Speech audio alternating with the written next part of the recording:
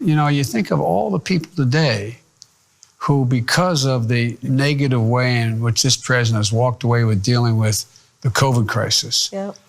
COVID, he didn't cause, but my God, the way it's been responded to. And I don't think he gets it, what that means to a parent.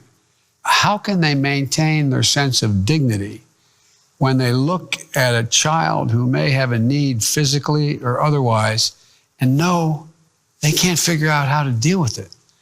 And he's in court trying to take away the one piece of insurance that 20 million people got and 100 million people with pre-existing conditions have. We could be doing so much more to make sure that you had the testing equipment, protective equipment that the first responders and the nurses and the docs need to be able to take care of these people, the ability to test and trace. I mean, I just don't get how there's not this more significant understanding of the incredible pain that is occurring in America and the economic chaos that's caused from that. You know, there's so much about this pandemic that has accelerated what was a problem before. People who were doing badly before are doing worse now. People who, before the pandemic, were hardworking, had a job, again, had dignity, are now, because of this pandemic, driving up or standing in food lines for hours. And when you have a president of the United States who is just dismissing it like it's some, thing he can just flick away or magically wave a wand, instead of stepping up to say, my people are in crisis, and I need to step up to take care of them. He doesn't have it in him. We were already, I think, in trouble before COVID.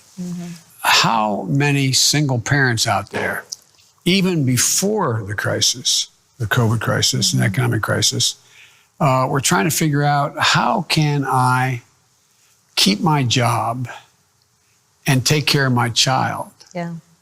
There should be automatic leave for people to be able to provide for the needs of their family. That's right. There should be childcare available, and no one should have to pay more than a small percentage of their income to be able to get that childcare. The idea that you can't get paid leave in America, it's just wrong.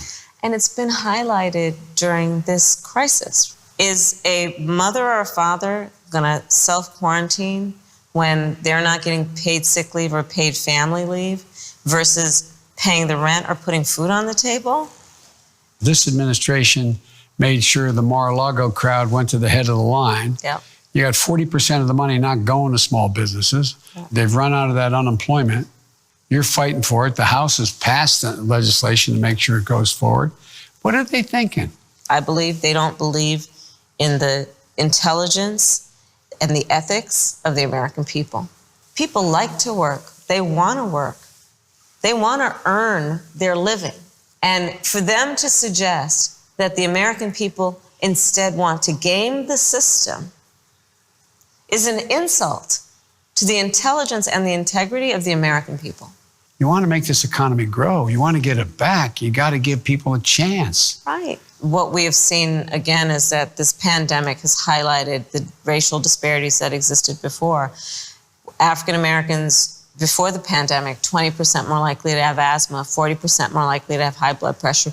Black women, 3 times more likely to have lupus, which is an autoimmune disease. And we know that this virus, it preys on people with pre-existing conditions. And so we've seen Blacks and Latinos twice as likely to die from this virus. One of the great things I love about our plan is that it takes into account racial disparities. It acknowledges it so that we make sure that we're putting resources in the communities that need them and do it in a way that everyone comes out equal. You're on